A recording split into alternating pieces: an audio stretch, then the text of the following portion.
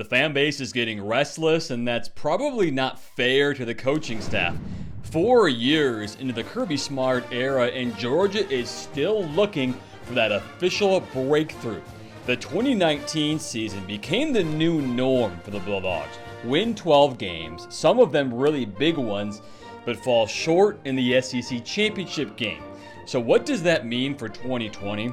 Well, Georgia is still likely top dog in the East, even with a lot of early departures to the NFL. Wake Forest quarterback Jamie Newman's a grad transfer, eligible right away, and the defense is supposed to be stacked with 80% of their production from last year returning.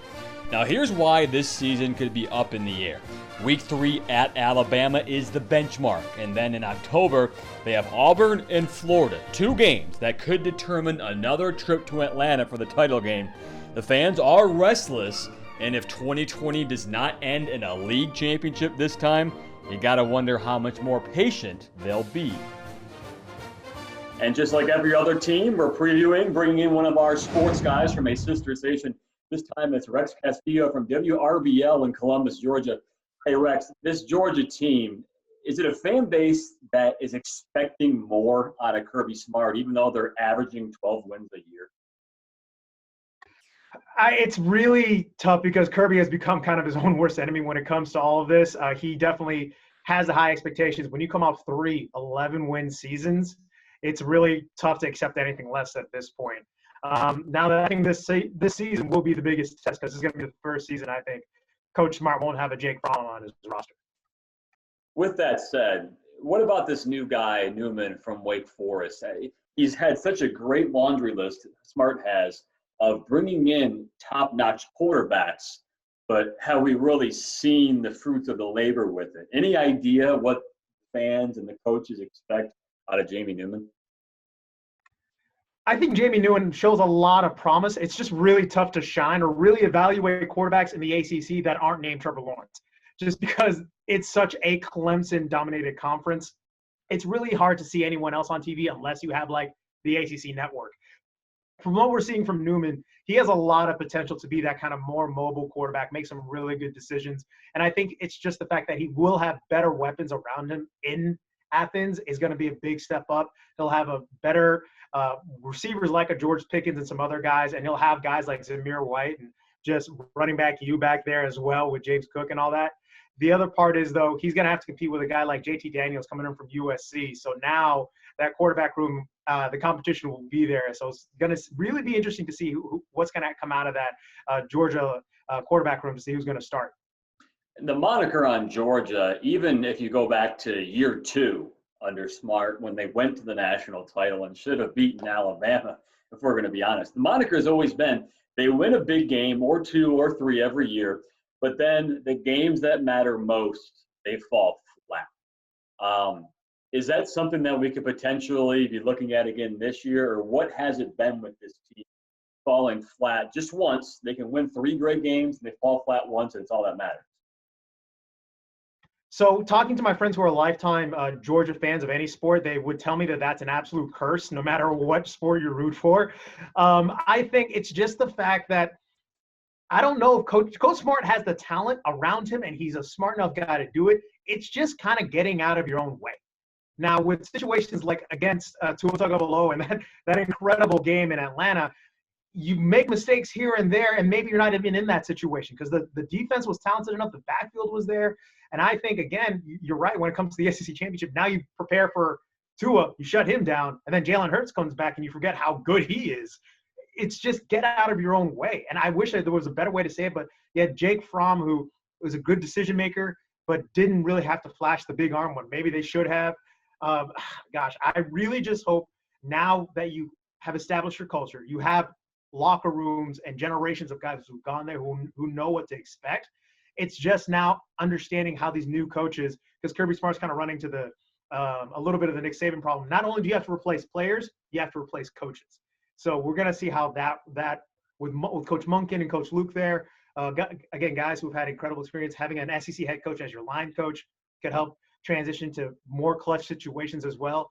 But yeah, also talking about Georgia teams collapsing in big situations, it's a very sore topic for anyone who's rooted for any Georgia team in any sport. Well, I'm sure it does not help when they see what Florida is doing and how close Dan Mullen has made that rivalry, because Georgia's been the team in the East, even back to Mark Richt's days. It was them. Someone's got to beat them, and sometimes it happened. A lot of times it didn't. Is there a feeling around the program that Florida has already gained a lot of ground on them, and this is going to be very competitive even as early as this year?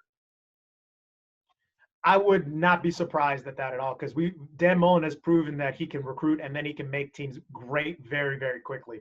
If there are some Georgia fans who are just still laughing at what Florida has become, stop laughing now. Just believe me, Dan Mullen can make that team very competitive very, very quickly. I mean, Mississippi State kind of came out of nowhere, and they had a guy like Nick Fitzgerald who literally one other school recruited. I know this pretty well because Fitzgerald was in my backyard when I was in Savannah. He goes to Mississippi State, becomes an absolute star, and that was Mississippi State who kind of became a joke of the SEC. And like, okay, they're very competitive now. One thing we know about Mullen is that he'll find a quarterback and he'll make them great, and he'll develop a system around it. So if anything, Georgia has no room for error at this point. Yeah, Dan Lucas from our sister station in Tampa was telling me the exact same thing about what Mullen has done with quarterbacks. And if you're Georgia, you're probably, I don't want to say shaking in your boots, but they've got to realize that scoring points for Georgia probably needs to become a priority now. So with that said, is there a feeling that maybe Georgia needs to adapt more to how the offense kind of runs nowadays, or have they felt like Kirby Smart's been stuck in his ways? Kirby Smart, I think, is kind of a guy who's a little more reluctant to adjust, because if he wants to adjust, he'll do it from the defensive end. He'll find ways to suffocate people and really grind them down to a point where we'll let our running game dictate the clock. It's a great strategy because he does have the backfield to do it. I mean, look at just the talent back there with Zamir White and James Cook. Then you bring guys in as well, 5-star running backs almost committing to Georgia every other day. But I have to agree that Nick Saban was that way too. Nick Saban was a guy who was, I have a big back here. He's going to run it down your throats, and we're going to win 21-14. That can't happen anymore, just because when you recruit guys like a George Pickens and then you get quarterbacks like JT Daniels or even a Newman, use everything they have. You have to adapt to it, because Mullen's going to adapt to it quickly. He's going to find a way to make that quarterback put up 28, 30 points easily every week. And if you don't adapt to that, you're ultimately going to get left behind, because I also anticipate not only is Florida going to get better, but Bo Nix, as a true freshman on the Plains, showed what he can do. And I think he can only get better as well. So you have to adjust to those guys who are incredibly dynamic. It's crazy. I've seen and followed so many different teams in college football in my career. And Georgia, to me, seems like the one that they win so many games, but it always seems like it could have been more. Like I told you this, they've averaged 12 wins each of the last 3 years, which is great. I mean, I don't even think anyone outside of Alabama has averaged, or Clemson probably, more than 11 and a half wins per year. It's Georgia, and it still feels like to me that people aren't happy about it. The problem with those 11 to 12 wins, that there are 11 and 12 wins without the national championship. And I think that's just, you're in a position now where you've gotten so used to these double-digit win seasons that you forget what it's like to only have 4 or 5.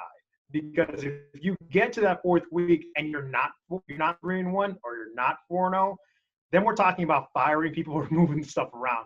Where I just want to talk to some Georgia fans like, guys, this is still really, really good. But the fact that those seasons don't end with them either in the Final Four or in a situation where they can finally raise the national championship, because 1980 is getting further and further and further away. We have we're lucky to have some members in our community who were on that team, but they're getting like, look, I'm glad that we were able to contribute to Georgia with that, but we're tired of being the only team raising that trophy. And to be honest, the Georgia fans are getting really sick of some teams in the SEC West raising that trophy all the time. So it's just the fact that we're great, we reached the standard, but because it's become so normal, we're ready for something more. They're getting sick of that. We're getting sick of talking about football. And Rex, thanks for being with us. And hopefully, we don't have any word yet, but we're all hoping that we're going to see each other at all these games come September, and then maybe Georgia, Florida, Alabama, Auburn, whoever is going to represent both the divisions, maybe we'll see you in Atlanta. That would be fantastic. I've been playing Madden and my PlayStation 3 version of NCAA football over and over again, and I'm getting sick of it, man. I'm ready for some real games to happen. He's Rex Castillo, again, sports director at WRBL in Columbus, Georgia, our next Star Sisters.